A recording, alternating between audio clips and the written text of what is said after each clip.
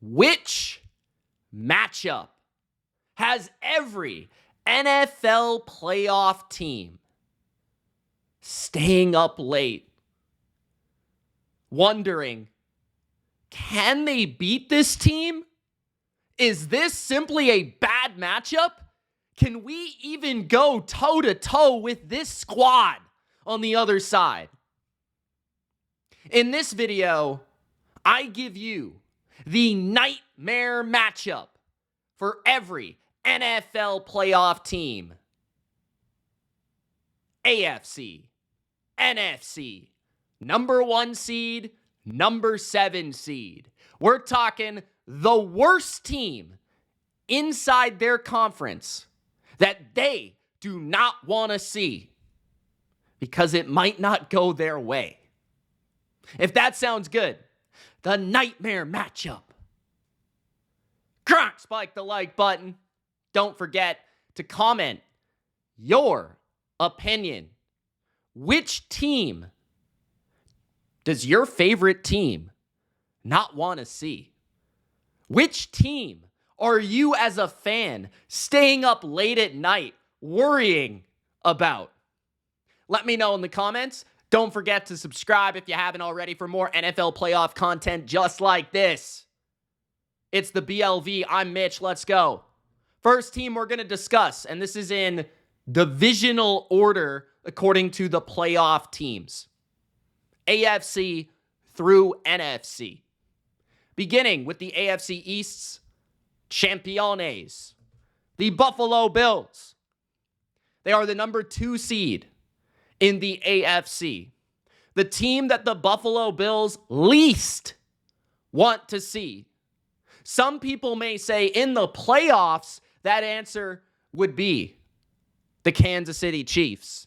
And I understand if you answer with that. But the very fact is that the only team that beat the Chiefs this year,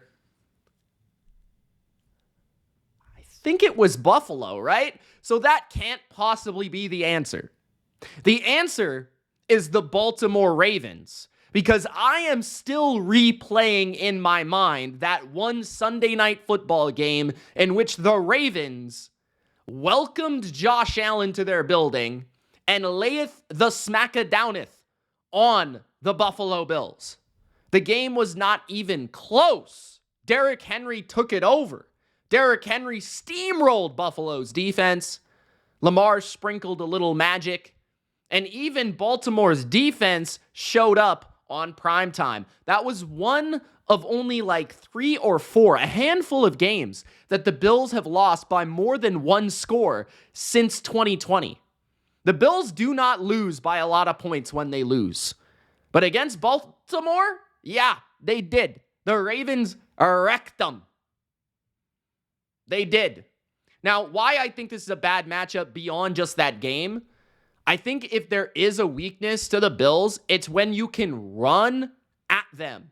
When you can overpower their defense and open up their linebackers and safeties to being attacked through play action and open up that middle of the field thanks to your running game, that's where you can really get after this defense. And we've seen that in matchups against Detroit. We've seen up against the Rams and the Ravens. And there's particular matchups that when you have balance and when you sprinkle a great running game with a good play action attack, that's where you can really dissect the Bills' defense. And if you have a defense that forces Buffalo to go play to play, to be patient, to not allow them to really run the ball that well, which Baltimore's great against the run. If you can take James Cook in the running game away, if you can force Josh Allen to have to be patient and find all his receivers and make all those receivers make the plays against your secondary and against your team, then you have a shot. And because the Ravens are so potent offensively, they could ball control Buffalo. They could open them up with vertical passing. Lamar can make as many magical plays as Josh, and that gives them an advantage. Now, one area that I think is a huge X factor in this potential matchup is the weather. If the Ravens have to play in Buffalo, which is what would happen, that might throw a wrench into the potential of the Ravens upsetting the Bills. I'm sure the spread would be pretty darn close, and it could go either way between the two teams. Arguably the league's two best quarterbacks right now. But if it's in Buffalo and it's cold and it might snow, that definitely turns the tide of the potential matchup just because of Josh Allen in that weather compared to what we've seen from the Ravens in inclement weather. So this to me would be the worst matchup. I actually think if Buffalo were to defeat the Ravens, it might be the most likely chance to winning the Super Bowl that they'll ever have. That's how far I'll go, because I think the Ravens might be the worst matchup that they face in the entire playoffs. That's how we're starting this video off. Hot! Next, the Pittsburgh Steelers. Worst matchup, we saw it not long ago, was actually on Christmas Day. The Kansas City Chiefs. Yes, the Chiefs. Demolished the Pittsburgh Steelers. And why I think this is a absolutely horrendous matchup for Pittsburgh. Not only would the game be played in Kansas City, but the game is also perfect for the Chiefs. The Steelers offensively want to be an old school run-heavy team that executes based on, we're going to run against you, we're going to make some jump ball passes, we've got one good receiver. Well, think about the Chiefs' defense. Not only do they have a defensive mind that can go up against Arthur Smith and has defeated him in the playoffs before, Steve Spagnuolo, but they have an excellent run defense. They're elite in that manner. They also have an elite number one corner, Trent McDuffie, who can cover George Pickens. And they have enough pressure from Chris Jones, George Karlaftis, and the like to get to Russell Wilson. They also know Russell Wilson well. They know how to confuse him. They know how to attack him. On the other side is where I think the matchup is really bad. Patrick Mahomes is magical. He can extend plays, and he can avoid sacks, and he can avoid the rush and negative plays better than any quarterback in the league. And because of that, Pittsburgh's greatest strength of TJ Watt and that pass rush is very much negated because Mahomes does not make mistakes. Very much like how Brady used to dice up and decipher the Steeler defense, Mahomes can do the very same with quick, accurate passes, get the hands of those playmakers working in the middle of the field, get their legs churning for football gains down the field. And I think that the Pittsburgh Steelers defensively, they can't cover the horizontal nature of the Chiefs, the play calling of Andy Reid. They know how to attack this Steeler defense. They know how to stress certain players within those coverages. And then you think about the voodoo matchup. The Steelers are built on the voodoo, but the Chiefs completely negate that. The Steelers have one of the best kickers in football. So do the Chiefs. There is really no area of the Pittsburgh Steelers that allows them to beat Kansas City.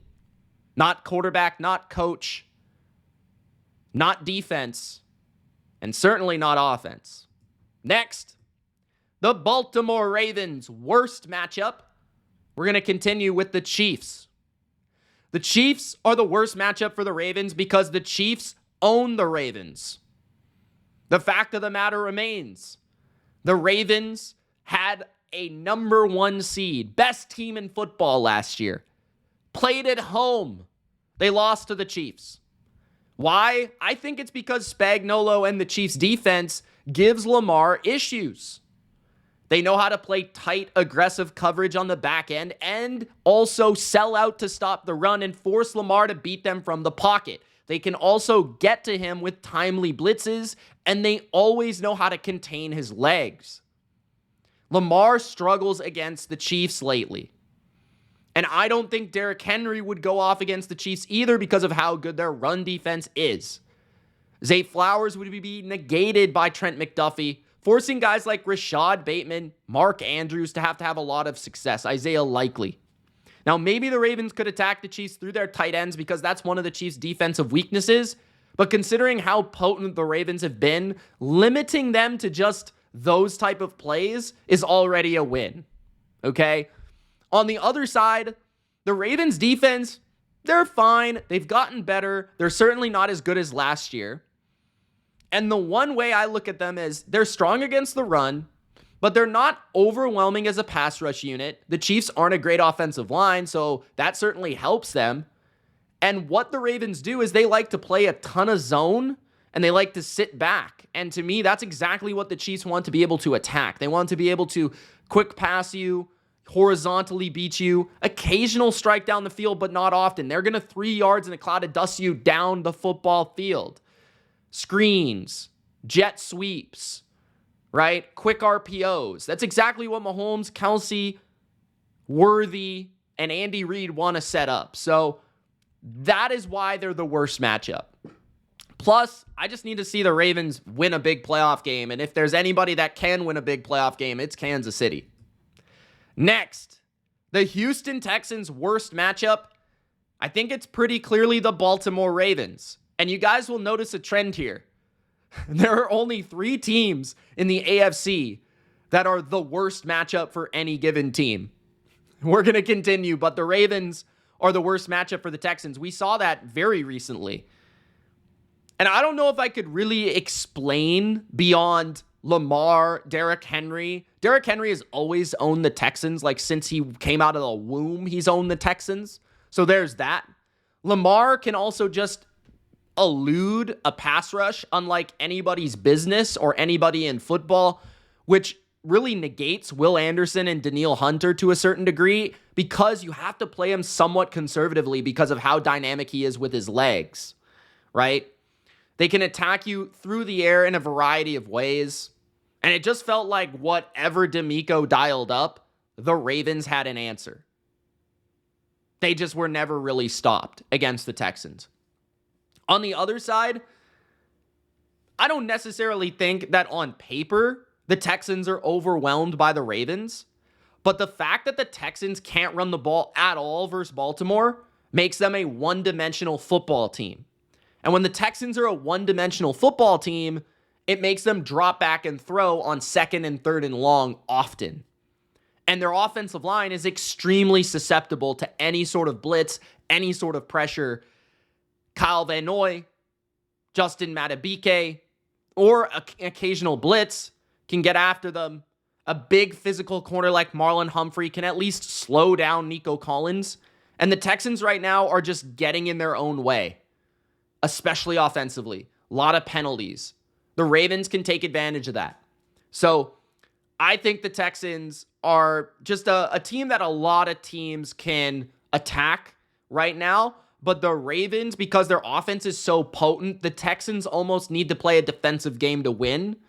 The Texans did prove that they could do that against Buffalo, and they did hang in against the Chiefs. But the one team that blew their doors off was Baltimore, and that was at home. So that's why it's the worst matchup.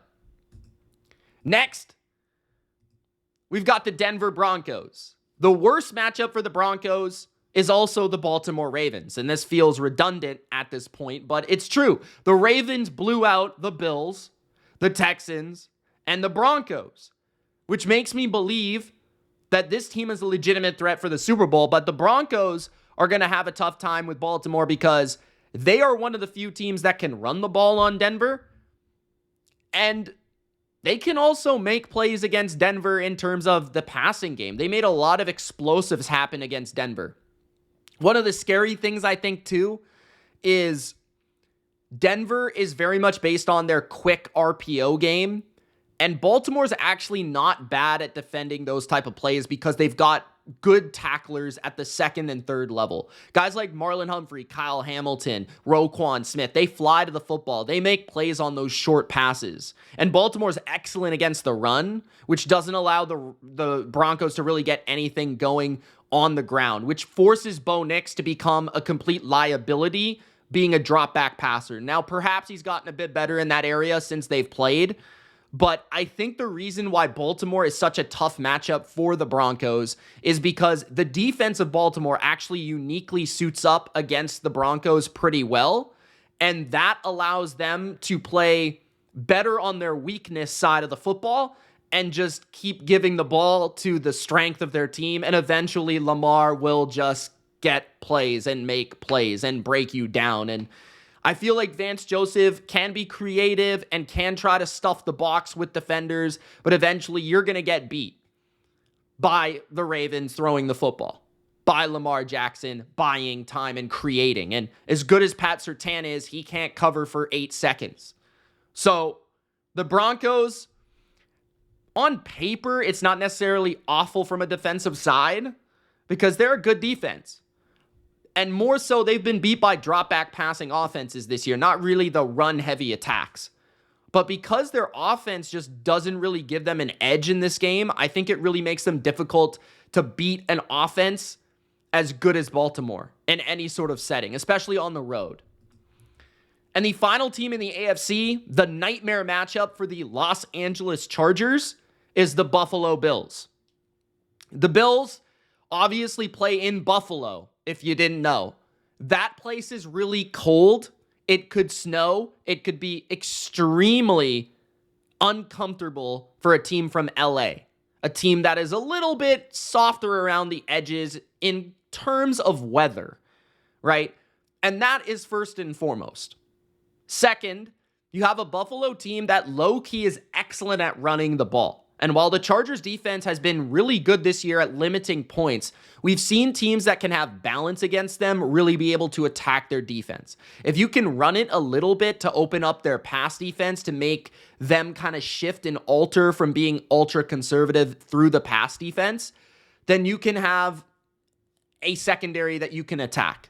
The Bills have a variety of weapons that they can attack you with. They can pretty much find a way to attack you through their running backs, their tight ends, their wide receivers, in any way, shape, or form. Josh Allen can power run you to death, right? And you can also just have Josh Allen create and make plays.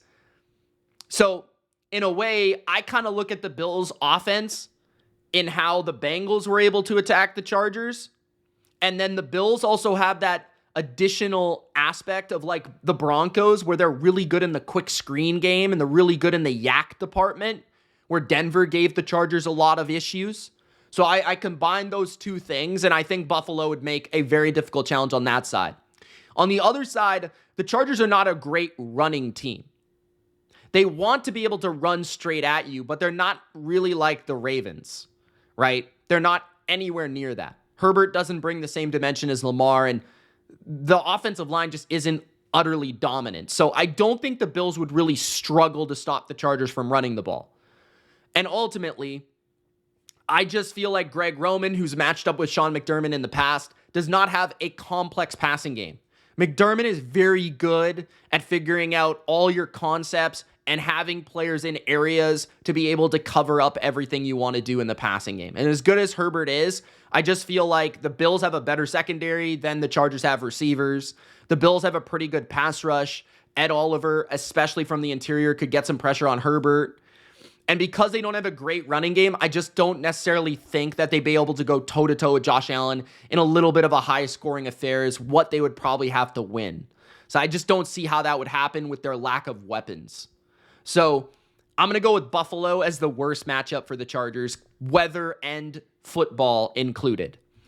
Moving to the NFC side, we're going to begin with the NFC East. Oh, I forgot about the AFC. Number 1 seed. Am I a dummy? Let me know in the comments. The Kansas City Chiefs.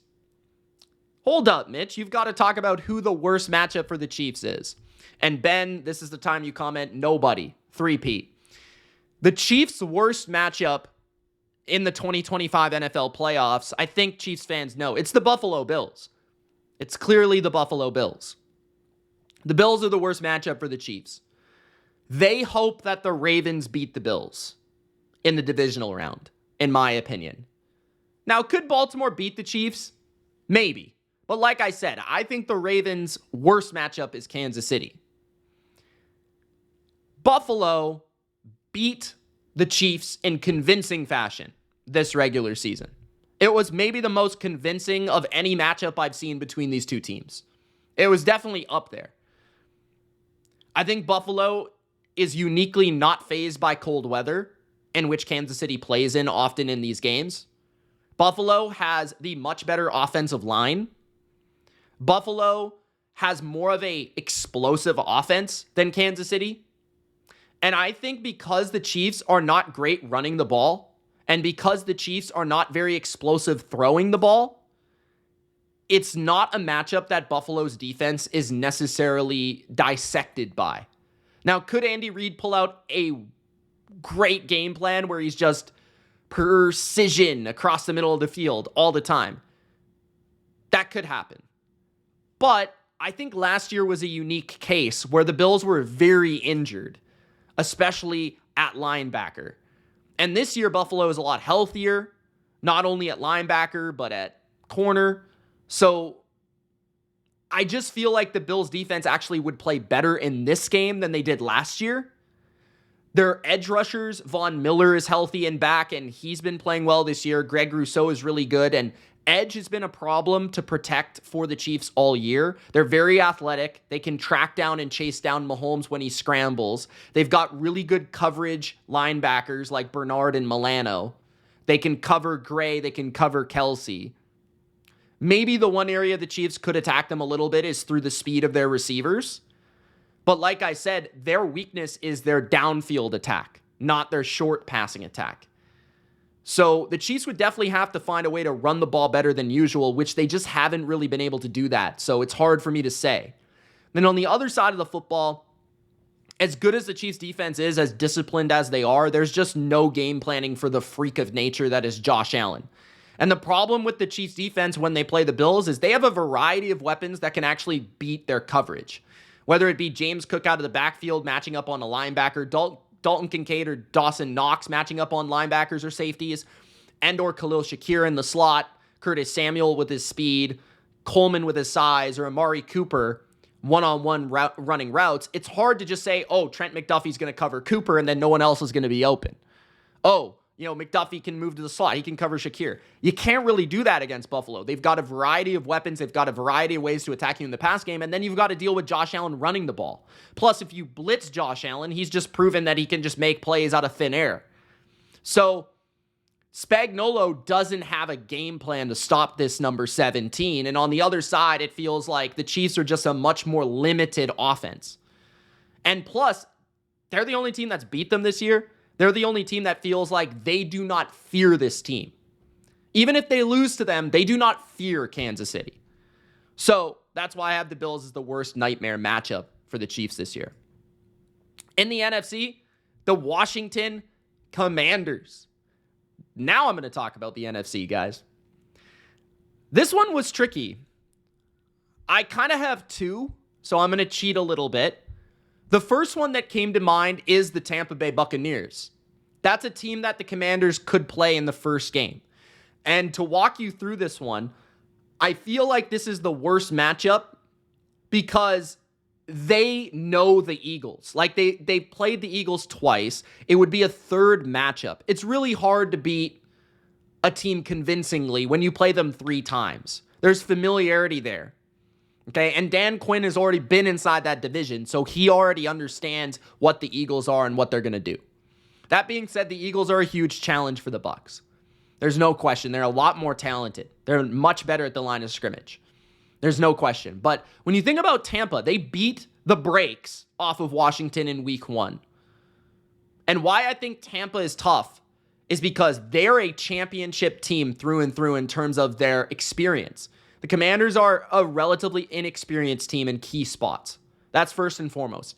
Second of all, not only do you have Baker Mayfield, Mike Evans, one of the best play-action passing attacks, one of the best screen attacks in football, a lot to handle from a passing standpoint, but I think the biggest challenge for Washington would be stopping the Bucs running the ball.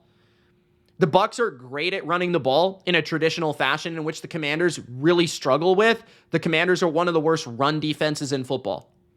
So you combine balance for Tampa's offense, that would make it very challenging. On the other side, Todd Bowles is one of those coordinators that's hard for young quarterbacks because he's very dicey. He doesn't do things in a traditional manner. He doesn't just drop back and play cover two, right? He's going to send a guy from the right, and he's going to drop the left guy. He's going to show blitz here. He's going to drop everybody out. It's going to be 8-man in coverage. He's excellent at containing mobile quarterbacks, which is an area where obviously Washington needs to thrive to win. And Bowles has always done a great job, including against Jalen Hurts, of containing these type of quarterbacks, right? They have enough at corner in terms of McCollum and Dean to maybe slow down Terry McLaurin just enough.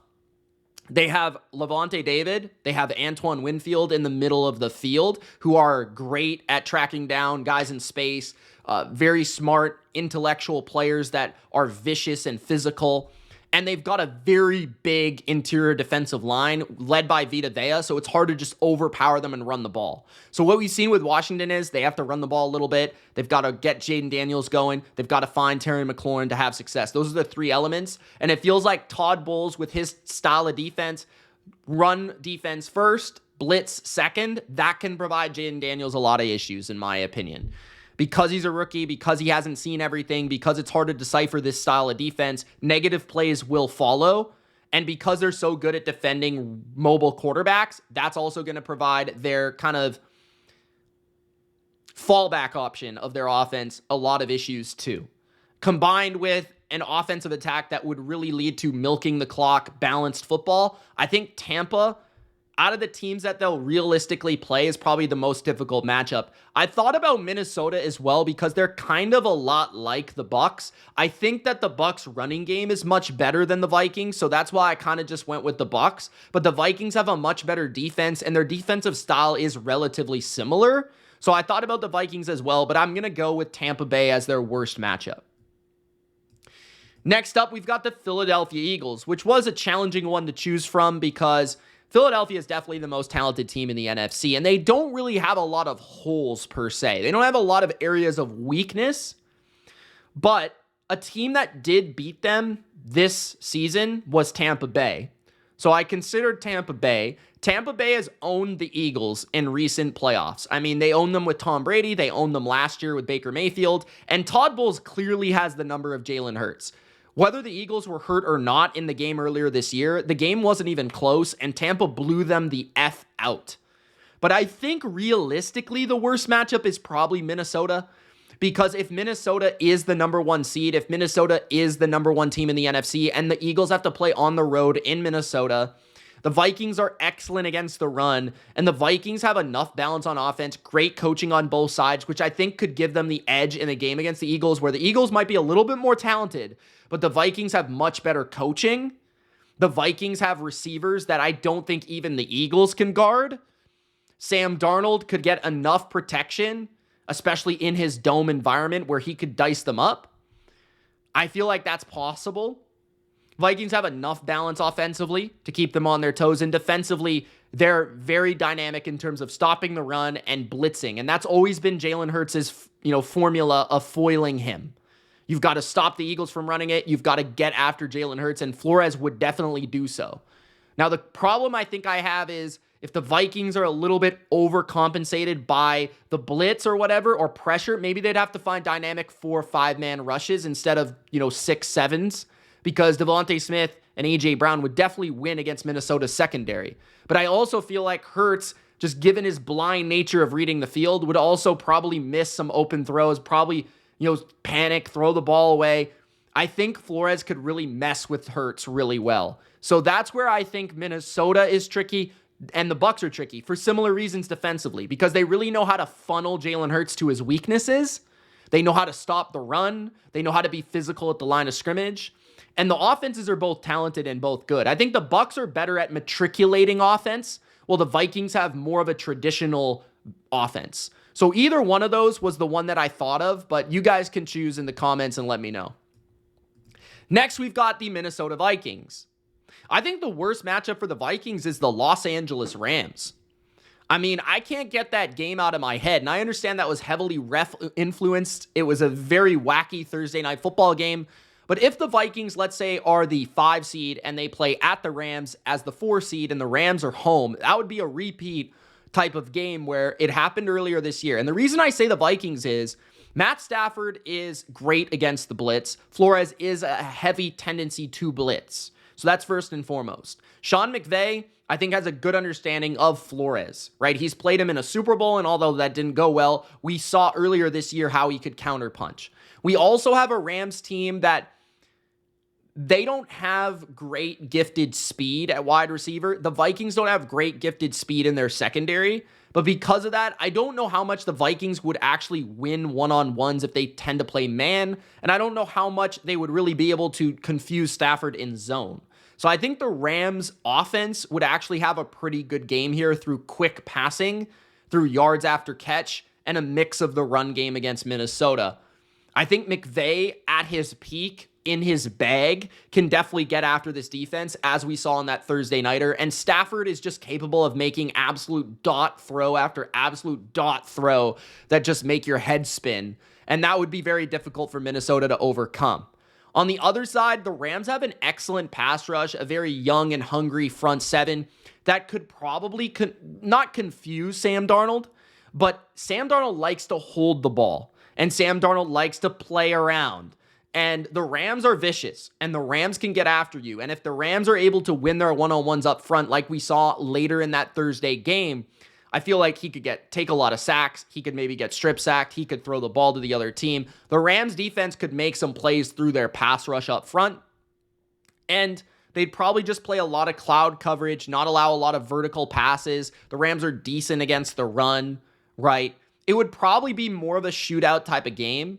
But I feel like because of Stafford's ability to decipher, his veteran savvy to decipher and get the ball out quick against blitzes of Flores, he would be able to control the game.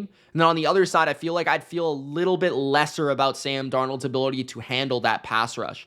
So I actually think the Rams are a really tough matchup for the Vikings uniquely. Next, we've got the Green Bay Packers. The Packers, I just went with both the Vikings and the Lions because they swept the Packers. Both teams swept the Packers. And the reasoning behind it is I think the Lions just simply overwhelmed the Packers from an offensive standpoint. The Lions just really feel like they never get stopped by the Packers. Like they just are able to run the ball, which the Packers have actually been good at stopping the run, but even the Packers, who are like 5th in yards per attempt allowed, give up the run and concede the run to the Lions, which really puts their weakness under a microscope because their pass defense this year, success rate wise, is one of the worst in football. Jared Goff, from a success rate standpoint, is an excellent quarterback. He always finds the guy that's open. He always has time. The Packers can't get a pass rush against Detroit. Like, that's a big problem. So Goff will have a lot of time to find the holes in the zones. And the Packers kind of play a very similar style of defense to the 49ers, in which we just saw, on a Monday Night Football, where Goff was perfect. He could find all the checkdowns. He could find the screens. He can find the crossers anytime he wants it. He can, he just sees the field so well, 1 to 2 to 3. He's one of the best quarterbacks in the league at doing that. He's one of the best at throwing at the intermediate level, where the Packers are a bit weaker because their linebackers in coverage are not that good. So I feel like the Lions are really tough from that side. On the other side, the Packers are always built on running the ball. And the Lions, if they still have a strength, it's the ability to play run defense defensively. If you can slow down Josh Jacobs and you can make them be a Jordan Love ran operation through the offense and play tight man coverage, which the Lions have a tendency to do, even though they don't have the same corner personnel, they still play feisty, hard, aggressive style of defense, which is blitz, man coverage, which is stop the run. And that is what gives the Packers issues. Blitz, stop the run, and play man on the outside, especially if Watson is dinged up. So that's why I think the Lions are a really tough matchup for the Packers. When it comes to the Vikings, it's pretty much what we saw in that game recently, where the Vikings are able to morph their tendencies. They can run heavy, they can pass heavy, they can play a lot of man, they can play a lot of zone, they can blitz sometimes, they can 4-man rush. They're very good from a coaching standpoint, and that keeps LaFleur on his toes. A guy like Flores always gives the Kyle Shanahan type tree a lot of issues because it keeps that coach on his toes. Oh, is he blitzing this down? Is he sending, 4 this down? Is he dropping 8? What is he doing? It's hard to decipher. And a guy like Love, he's a little bit slower. His tick is a little bit slower. And we saw that the Vikings were not afraid to play man against the Packers, which they actually did to a pretty great degree. Vikings are also difficult to run the ball on. They're one of the best in football. And from an offensive standpoint, Darnold was dicing and slicing. The receivers of the Vikings are overwhelming for the Packers secondary. Sam Darnold's accuracy at the intermediate and deep level has been great this year. His ability to buy a little bit of time. And that pass protection for Minnesota was superb, especially considering the game would be in Minnesota. I think that even the third time, it would not be the charm for the Packers. So Minnesota and the Lions are both really tough for Green Bay. Continuing with the NFC teams, Detroit. Now, Detroit was the favorite in the NFC for a long time, but since their injuries, it's opened up some clear deficiencies for them. I think you could really argue a number of different teams for Detroit's worst matchup. I think that the Vikings are a really tough matchup. I think Tampa is a really tough matchup. But I think the most difficult matchup is the Eagles at the end of the day. Because I think if there is a defense in the NFL that we have not seen, that we do feel that maybe can go toe-to-toe with the Lions offense, it is the Eagles, right? The Eagles defense is the best in the league, in my opinion. They're good against the pass and the run. They have a good pass rush, but they can also get creative. Vic Fangio has shown a pass success to confuse Jared Goff and win that matchup. And the Eagles are the other great team at the line of scrimmage. In fact, the Eagles are probably better at the line of scrimmage than Detroit when you consider both lines of scrimmage at this point in the NFL season. The offensive line of the Eagles would likely dominate the Lions' defensive line. Jalen Hurts would probably have a lot of time to throw, and A.J. Brown and Devontae Smith would torch man coverage, including Dallas Goedert. So the Eagles' offense, I think, is the reason why they would give the Lions so much issues. As much as I think that the Lions still have a great offense, and even against the Eagles' defense, they would find ways to move the ball. But I feel like the Eagles' offense would just be able to ball control and keep the Lions off the field more often than not, run it a little bit, and then if they play those one-on-one matchups to sell out to stop Saquon, they'd have their ability to move the ball through A.J. Brown, probably also Devontae Smith and Dallas Goedert. So, and the Lions, they do blitz, which tends to be Jalen Hurts' weakness, but not as much this year, I will say, as last year.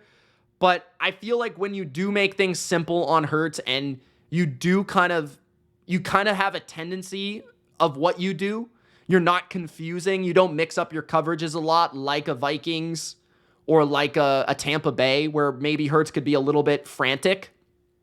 I feel like if you're a little bit simpler in the back end, Hurts can still find his guys, and he can still find ways to beat you through the air. So I think the Eagles are probably the most challenging matchup for the Lions, but I would consider a team like Minnesota as well, which is why I'm extremely intrigued for this Week 18 matchup.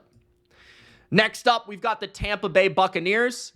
I think the toughest matchup for the Bucs is the Rams, believe it or not. The Rams have just beaten Todd Bowles, like senseless. I think back to the 2021 NFL playoffs and the 2020 season, and I think back to Sean McVay just absolutely dicing up Todd Bowles' defenses, even when they were very talented.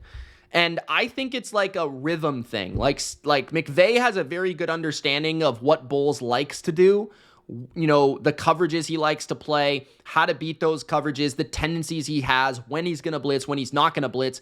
It feels like McVay just owns Bowles. Like from a play caller to play caller standpoint, it's a really tough matchup. Secondly, Stafford is excellent against the blitz, which is where Todd Bowles usually thrives. And I feel like Stafford played amazing in that 2021 game. And I feel like something similar could very well happen with Puka Nacua going nuclear over the middle of the field, very much like Cooper Kupp did in the divisional round of that Super Bowl winning season for the Rams. Now, the Rams defense isn't overwhelming, and I do feel like the Bucs could move the ball, rather on the ground or through the air, and I think Mike Evans would probably have a very good game. The Bucs do have a pretty good offensive line and could protect. But that being said, the Rams do have institutional knowledge of Liam Cohen. Like, Liam Cohen is a Rams guy. And Baker Mayfield did play once upon a time for the Rams for a brief period. So the Rams have an institutional knowledge of the offensive coordinator, of the offensive scheme, of the quarterback, which make things, tricky. And then whenever I just see this logo to logo matchup in recent years, it feels like it favors the Rams. I think it just because of the McVay Bowles factor. So I'm going to say that Rams are the toughest matchup for the Bucs. We probably won't see that game, but it's an interesting one to kind of think about. And the final team in the NFC is the Rams. I think the Rams' most difficult matchup is pretty obviously the Philadelphia Eagles. They played on a Sunday night, and the game wasn't even close. The Eagles absolutely demolished them. The Eagles have too much athleticism in terms of their skill positions. Saquon Barkley, A.J. Brown, Devontae Smith, Dallas Goedert. That athleticism, speed, quickness, power, all of it against that Rams defense is overwhelming. The Eagles can block the pass rush of the Rams, which is where they need to thrive to win, and they can't get after Jalen Hurts. He has too much time to throw. He has too much ability to dice them up, and Saquon proved an ability to hit home runs against the Rams with regularity in that game. On the other side, the Eagles have a great defense, and they can slow down balanced offense like the Rams, especially pocket-oriented balanced offenses. Vic Fangio just has been in this league for so long, and Vic Fangio has been a guy that's stifled McVay at many points, unlike Todd Bowles, right? He's been kind of the Achilles heel for Sean McVay's offense in recent history, so that's where I view, and they also have multiple corners who can cover the multiple receivers of the Rams, so I feel like the Eagles are just an extremely difficult matchup. Plus, the game would be outside on the road in Philadelphia where the Rams are not going to thrive. It's just not what they are, right? They kind of need to be in a warm weather environment or a dome environment to succeed, not a cold weather, as we've seen this year already. So those are the nightmare matchups of every NFL playoff team in the 2025 NFL playoffs. I am recording this before week 18. So if there is a team like Cincinnati or Miami, if there is a team that makes the playoffs that I didn't see coming, I apologize. All right, but this is what you got. Gronk spiked the like button. I wanted to make this video because I wanted to think about these matchups and think about how it might go down. And just because a team is a nightmare matchup doesn't mean that they can't beat them, right? I always think back to my Patriots playing the Ravens in the playoffs, and the Ravens did beat the Patriots a couple times, but the Patriots beat the Ravens a couple times. Just because a team is a little bit challenging for another team, sometimes on that day, you're just a little bit better. So just take that with a grain of salt. Thanks, guys, for watching. It's Mitch. Deuces.